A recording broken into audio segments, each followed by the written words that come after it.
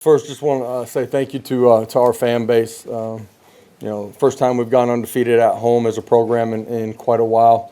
Their energy, the way that they've supported us, the way that they've showed up every week has been a huge part of our success as a program here at home. And our players, our staff, myself, absolutely love seeing them. You guys have heard me say ball walk's the most special thing and most unique thing in college sports. I truly believe that. And obviously, when Neyland is rocking, it's unsurpassed by anybody. I appreciate what they've done this year, and hopefully we'll see them travel extremely well as we go to South Carolina next week. Expect that.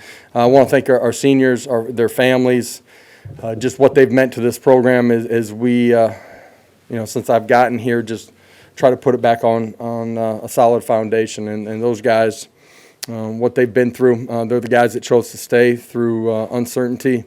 They bought in, jumped into the deep end with me. They've competed. They've grown. We've been connected in a really unique way, just as this thing has grown pretty quickly. And can't say thank you to them enough, not just what they do on the field, but who they are and how they go about their business every day. So with that, I'll open it up. Adam, then David Pascal. Josh, broke the school record in yards tonight. I know you guys wanted to win the game, but there seemed like there was a statement even beyond the victory. How intentional was that statement?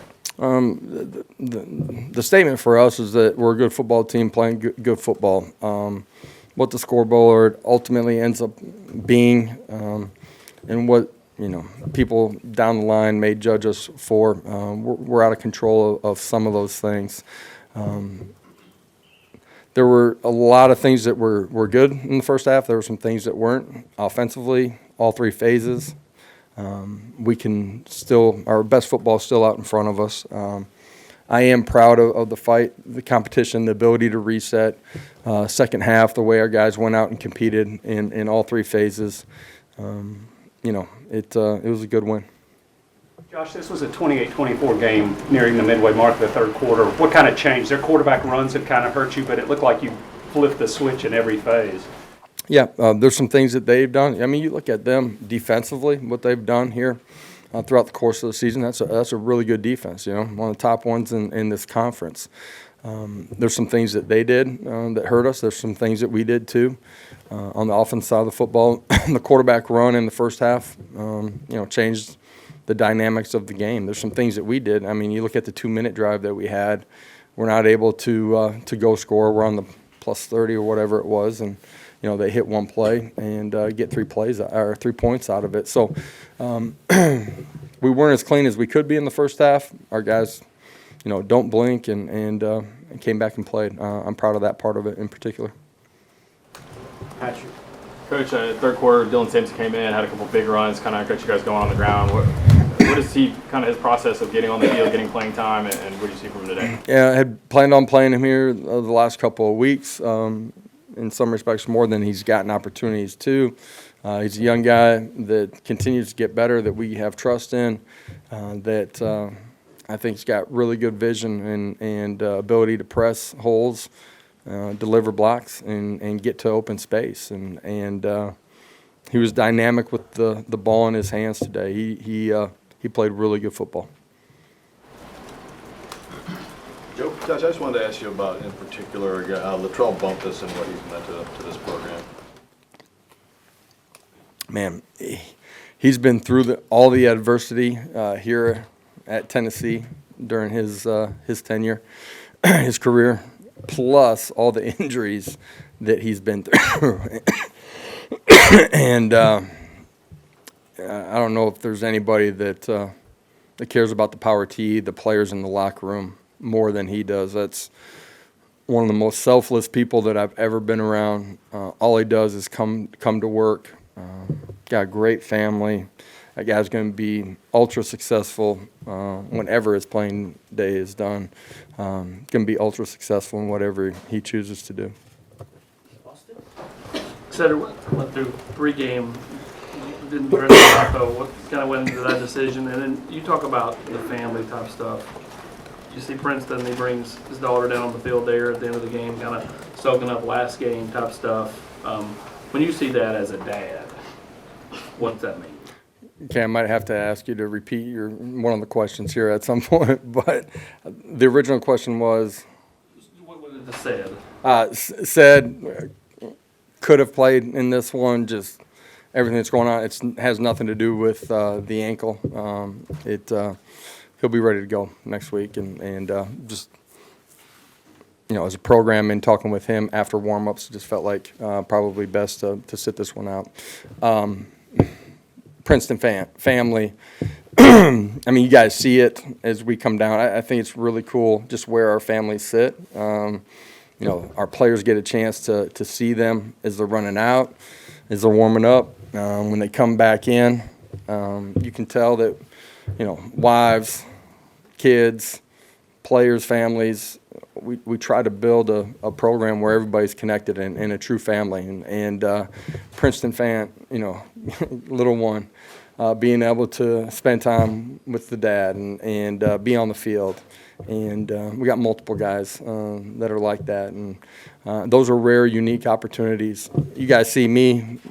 I mean, we arrived at the stadium. I meet a bunch of recruits. I take a 5-minute pause, and most of our coaches do, but I play catch with my kid, and those are moments that, as a dad, you're going to cherish. As a kid, I know, having been on the other side of that mean the world, and at the end of the day, those are the things that spur you on to do things the right way and continue to fight to get better. Jimmy and Patrick? Joshua, Missouri did cut it to 28-24. What was the mood on the sideline? Pretty calm. Certainly, the guys on the sideline, they don't panic. A week ago, I don't think we settled into the game and did the ordinary, and that starts with me and our assistant coaches and our players together. These guys have been resilient. You guys heard me say in the beginning of the week that I think I was asked the question, how do I think these guys are going to respond? We didn't just land at this spot. Like these guys have worked and earned it, and their characters and who they are has been revealed every day along the way. That's how we've gotten here, and good teams don't play perfect, but they do compete in a really positive way, and they reset, and our guys did that today. Without Cedric, Brew stepped up, had over 100 yards. What do you think he brought to the game in this matchup with the Missouri's defense? Yeah, consistency, playmaking ability, made some tight catches, worked over the middle of the football field extremely well.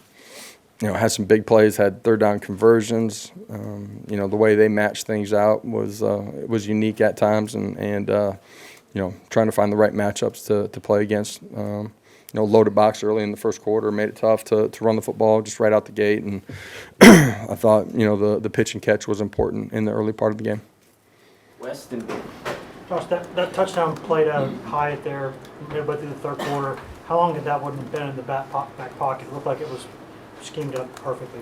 And it's been in my back pocket for a while. It's been run different places, and brought it out this week. Just felt like we'd have an opportunity to sneak them out, but staff did a great job of coming back to that one, and it was timely. They cut it to 3 or 4 at that point, and it was a big time answer. Josh, what did you see from the defense making adjustments after it became a 28-24 game? What changed from that point defensively? For us, and it wasn't a whole lot of scheme. Like for us, we just settled in and played better football. Quarterback run, we lost contain on them. We didn't handle the interior run off of some of our twist games. We didn't match out some of their stacks, formations the right way. And at the end of it, we settled in and made some plays that were routine plays, doing the ordinary things at a really high level. What led to some of those big quarterback runs early? Yeah, like I just said, out on the outside, we lost contain through the middle. Us not playing it off of our twist games to handle some of the quarterback run. Frank, middle. Back here, Coach. Toby Wilson gets to go in and make that final PAT. He got those chances against UT Martin too. But what's it like to see a guy like that get that moment? Yeah, Toby, a year ago, gets an opportunity because Paxton's nicked up, and he played a ton of football and did a heck of a job as our kickoff guy. This year doesn't get those same opportunities. there's not a better person inside of our program. Comes to work, competes every day, cares about the power team, his teammates. When you have an opportunity where the scoreboard is the way it is to get the next guy in, those are awesome opportunities to let them go play, and those are big. Those are memories for those guys, and I think it's important to let those guys play football when they get a chance. Josh, regarding the quarterback runs, did you make adjustments there, or did you just execute better? Better execution on the back end of it. Far right. Go. Yeah. Coach, what did you see from Hendon, not just today, but the week leading up, to have his bounce back from last week? I think his energy, his ability to speak to his teammates, throughout the course of the week, but early in the week is a part of our guys handling it and responding the right way. You guys have heard me say it.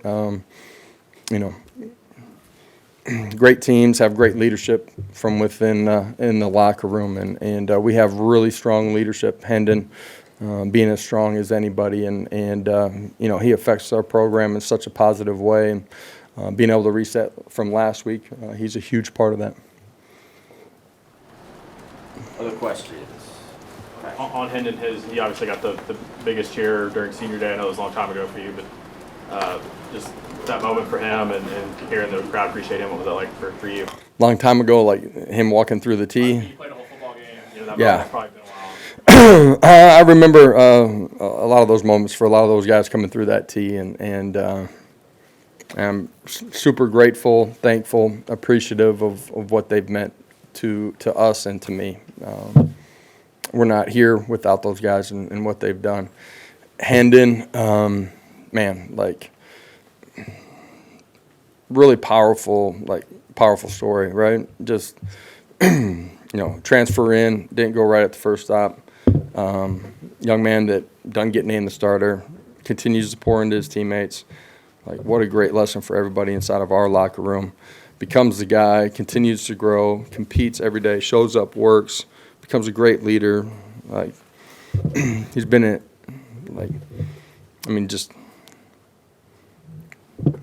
he'll be one of the greats, however it ends out.